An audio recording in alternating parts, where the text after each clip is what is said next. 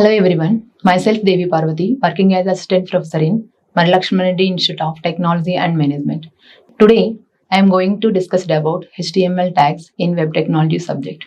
So in this HTML tags, I am going to discuss about that image tag, list tag and table tag. So first let us see image tag. So image tag is used for to design that and appearance of that web page. Images can improve the design and appearance of that web page. That web page can be designed properly. That means it can be effectively. The design is showing look nicely. So we are using these image tags. In this, we are using img tag embedded an image in that web page. To embed an image in a web page, we are using that img tag.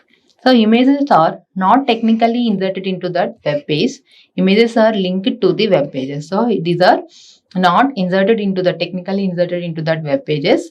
It can be linked to that web page. That image link, that image path link can be linked to this web page.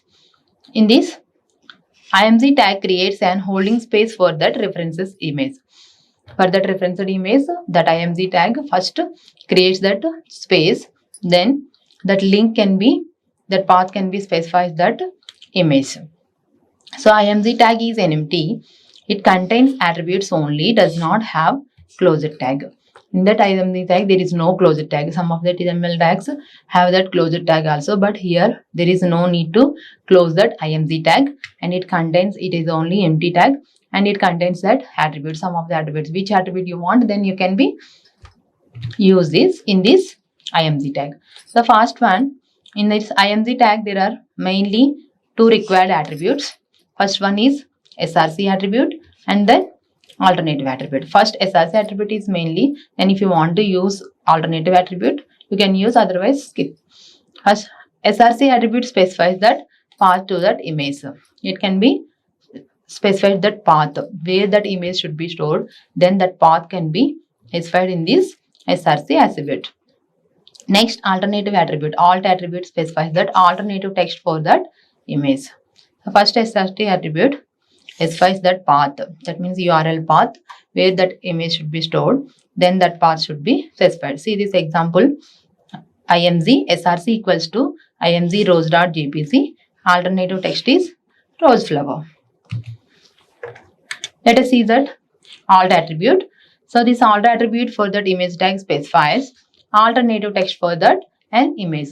For example, if some errors are occurred to displaying that image, any slow due to that slow connection or any errors in that src attribute, then, or if the user uses that screen reader, then you can using this alternative text. Then if the image is not displayed, then the text should be displayed in that in the place of image.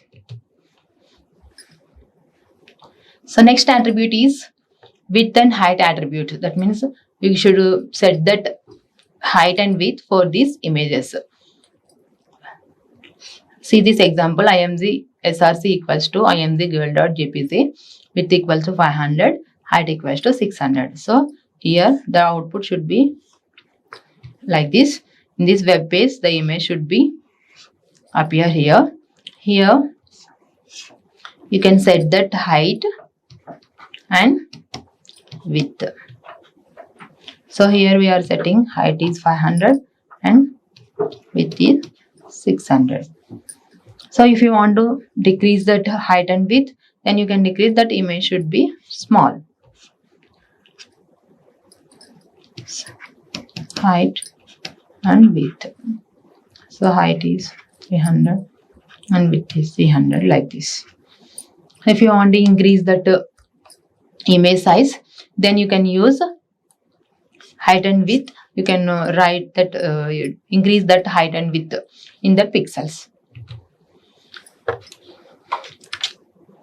So next one, image floating. Use CSS float property to let the image float to the right or that left of the text. So that image should be aligned that left and right of the text, then you can use this css. So for example, see here paragraph tag. We are defining the paragraph tag. In this paragraph tag, image img tag, source equals to smiley.jf, and alt equals to smiley face, and style equals to float, right, width 42 pixels and height 42 pixels. The text is, the image will float to the right side, right of the text. The image is float to the right of the text. So here output should be like this. So here text. What is the text we are giving here? The image will float to the right of the text. So here text and here is image. So in this example, in this paragraph, image tag smiley.jf, and alternative text is smiley face, and style equals to float left, width equals to 42 and height equals to 42. The image will float to the left of the text. So here the text is here and image should be float to the left of the text. For this is that image. So here text will be appear and the image is left of the text. Here in this example, the here image is right side of that text. So next, here all the attributes we are using in this image tag. Let us see the summary. That means we are revising again. So image element is image element to define an image, and source attribute, src attribute, can be used for path of that image, URL path of that image, URL of that image. Next, alt attribute is used for that alternative text of that image. If it is cannot be displayed, that means image is cannot be displayed, then alternative text can be displayed. Next, width and height attributes are used for that, set that width and height of that to define the size of that image. Next, float property can be used for image float to the left and right to that right of the text. So these are the attributes used in this image tag. So next tag is HTML list. Next one, HTML list. Lists. So we are preparing so many lists. For example, groceries, we are preparing that list. And for example, students, in this class, student roll number wise, we are preparing that 1, 2, 3 like that list. So in this HTML, in this web pages also, we are using that list. It can be defined by that HTML list. So HTML list allows that web developers to group a set of related items in that list. In this, the set of related items, what are the related items are there, then that related items can be grouped together, then it can be prepared by one list. So in this list, there are 3 types of list are there. First 2 types. First, we discussed about that, first unordered list and ordered list. Mainly unordered list and ordered list. For example, see, unordered list means like this, item. That means there is no order for that list. Ordered list means first item, second item, third item, fourth item, like this. So here order should be there. First, unordered list. So in this unordered list, start with that UL tag. Each list item can be start with li tag. Each list item can be defined with this li tag. And first we should start with that. We are preparing that unordered list, so that's why we are starting this UL tag. So in this one, the list items can be marked with these bullets by default. So first, for example, first should define that UL tag, and next each item can be start with that li tag, writing that item name is coffee and close this li, again writing li tag, item name is tea, close this li, list tag, again list tag open, and milk, item name is milk and close this list tag. Last, finally closing this unordered list tag, UL tag. So the output should be like this. First item is, it should be by defaultly bullets, coffee, tea, milk. So here there is no order. Okay, you are preparing that groceries, there is no order. How you want to write that list, then you can write. Next, order list. Order list start with that OL tag, and each list item is same as list tag. So in this, by defaultly, in order tag, the numbers, it can be marked by numbers. First open that OL tag. Next, list tag, coffee. First one, coffee. Second one, tea. And third item is milk. So these are the three items using can be defined with list tag and closed by this list tag. So the output should be like this. So first one is coffee. Second one is tea. Third one is milk. So order list. Here order is there 1, 2, 3 like that. Here some order is there. For example, in that student roll list, where in this class the students have that roll numbers 1, 2, 3 like that. So here order is there. Next, description list. Third one is description list. So description, in this description list, the list of terms. Description list is a list of terms with a description of each term. In this description terms, list of terms are there, and for the term description also there. So in this one, for description list, we are using that DL tag, and next defines the term, we are using DT tag, and describe tag description, we are using DD tag. So three tags are there: DL tag, DT tag, and DD tag. First we are opening that DL tag, then term, we are defining the term. So DT tag, the term is coffee, and next DD means description of the term. So the description is black hot drink. So DD close. Next open again, open another term DT, that is milk, close the term, and next open that DD description tag, white cold drink. This milk is white cold drink, close that description tag. Last finally close that DL tag. So output should be like this. First term is coffee, the description is black hot drink. Next is milk, description is white cold drink. Sorry, white cold drink, like this. Like this, that in this description list, terms and description should be displayed like this. So this is that all the tags we are using in this list.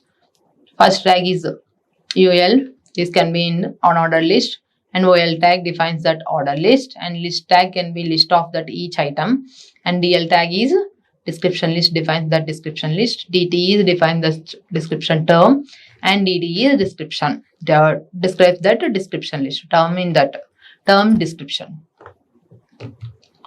So next one, tables. So tables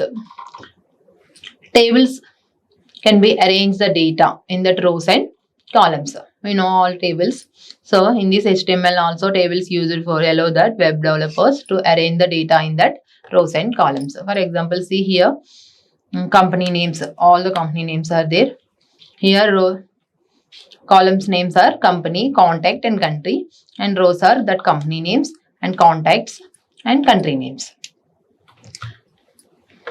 So in this is, for to define the table, we are using the table tag to define the table. Next, in this table, each row can be specified by tr tag, and each header can be column heading can be specified by th tag. And next, data, what are the data you are enter in that column or data or cell can be defined by td tag. So these are the three tags we are using in this table tag. So by default, th elements are bold and center. So headings can be bold and center. And by default, the text td elements are regular in left aligned. See this example. We are defining the table using table tag. The style attribute is style, and that width equals to 100%. The table width can be 100% we are taking. First, we are defining that rows. We are defining table row using tr tag. So in that first row, we are using that first header, first name, second header, last name, and third header is. Close this row. Again we are opening that another row, and first data. In that first data is Jill, second one is Smith, and third one is 50. Close this row. Again we are opening another row, third row, and first data is Eve, second data is Jackson, and third one is 94. Close this TR. Finally close this table. So here TD elements, note that point. In TD elements are data containers of the table, and they can contain all sorts of HTML elements like text, images, lists, or other tables, etc. So in the TD elements we are define that any text, any image, or any other table, etc. So anything you should write. So see this example of this program, output of this program. So the table should be like this. This is the table. So here we are using 3 rows.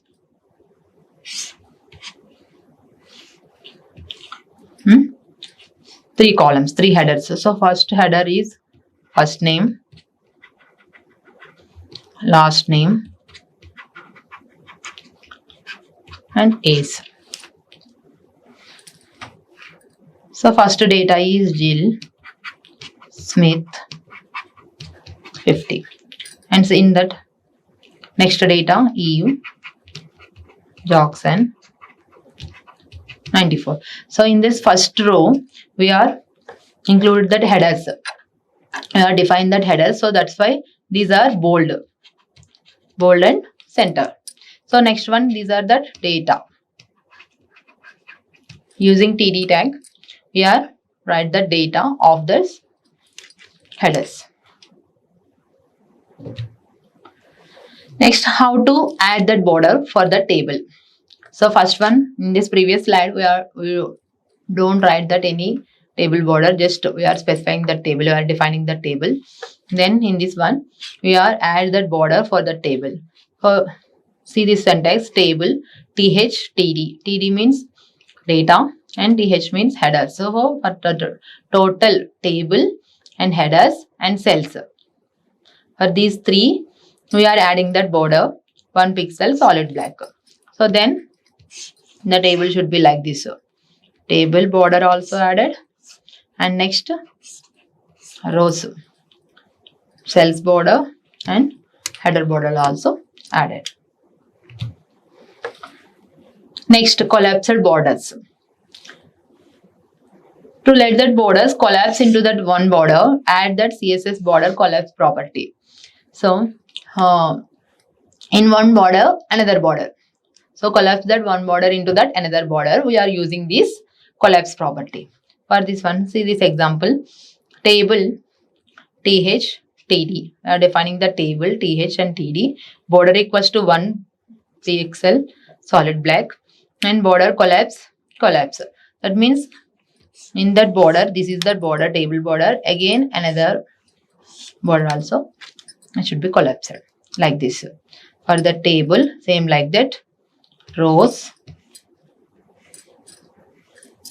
and same like that, columns, and same like that, data also.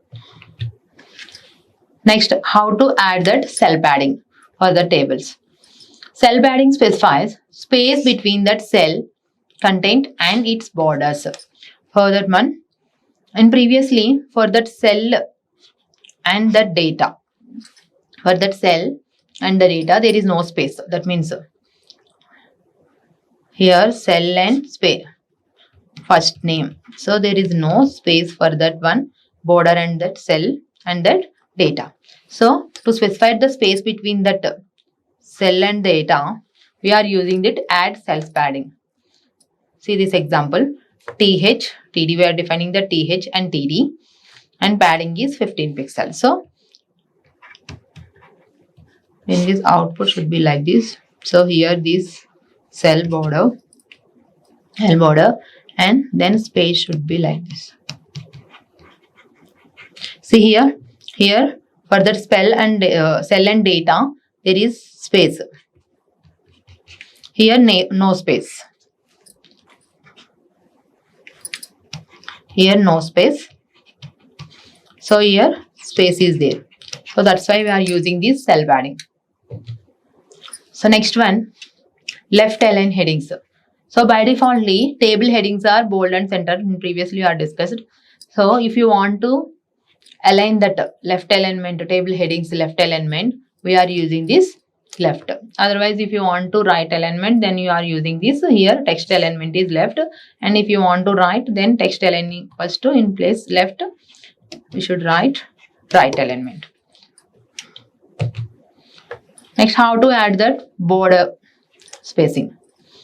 Border spacing specifies space between that cells. Space between that cells. In this previously cells padding space between that cell and data. But here border spacing means between that cells. So this is that one cell and this is that one cell. Previously there is no space for one cell to one cell. Here space is there for one cell to one cell. We are using this border spacing property. Then we should give for one cell to another cell, we should give space. See this example, writing the table, defining the table, border spacing equals to 5 pixels. So 5 pixel space is here. Here 5 pixel space is up here. Next one, cell that span many columns. To make a cell span more than one column, use that column span attribute. See for example, we are writing that some in that table we are adding that some person phone numbers. Some of the members have 2 phone numbers also. So if you are using this one column phone number, a telephone number, one column we are taking, then only one number should be entered. If you are using this column span attribute, then we should enter that 2 mobile numbers also. See this example, table style equals to with 100%. First we are defining that row, first row. Then in that there are 2 headings. The first one heading name. That name should be we are giving. Next one second heading we are giving column span equals to 2 telephone. So here 2 headings are there, name and telephone. So there are 2 headings. So here we are giving that column span. So that means telephone column we are giving again dividing that 2 columns. So here we are entering that data again in the row. We are entering the data. TD name is that Bill Gates. So TD and the telephone number. Here there are 2 telephone numbers. So first one is 555775854. Next second one is 5577855 like that. So in that one column again we are dividing this using that column span attribute. We are dividing this column into another 2 columns like this. Same like that we are giving row span also. We are using row span attributes for one that row. We are use that cell span for that more than one row. Next, how to add a caption for the table. For table, we are adding caption for the table using caption tag.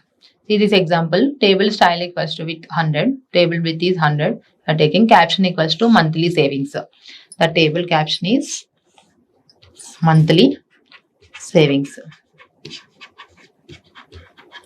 This is the table caption, that means table heading. In the first row, there are 2 columns, 2 headings, month, savings. Then next, again we are taking that another row. The first column, January, first data, next data, 100 rupees savings. Next, close this row. Again we are opening that another row. Next one is February, and the data is 50 rupees savings. So like this. So for this one, we are adding this caption using caption tag. So here we are using this caption tag. We are adding this caption for the table. So these are all the attributes and all the elements we are using in this table. Let us rewind again. First one, table tag. Table tag element is used for define a table. Next, tr tag is used for define that row, table row, and td tag is used for define the table data or cell data. Next, th tag is define that table heading. Next, caption tag is used for to give the caption for the table. Next, border property. Border property is used for that to define that border of the table. Next, border collapse property is used for that collapse cell borders. That means collapse that borders into that one border into that one other border. Next, padding property is used for that add padding to the cells. It means for that cell and data. You are giving the space to the cell and data. And next, text alignment is used for that align the cell text. Next, border spacing. Border spacing property is used for spacing between that cells, one cell to another cell. If you want to give the space, then we are using this border spacing. Next, column span attribute is used for that column span for many columns, and row span attribute is used for cell span many rows. So these are the tags we are using that table. Thank you.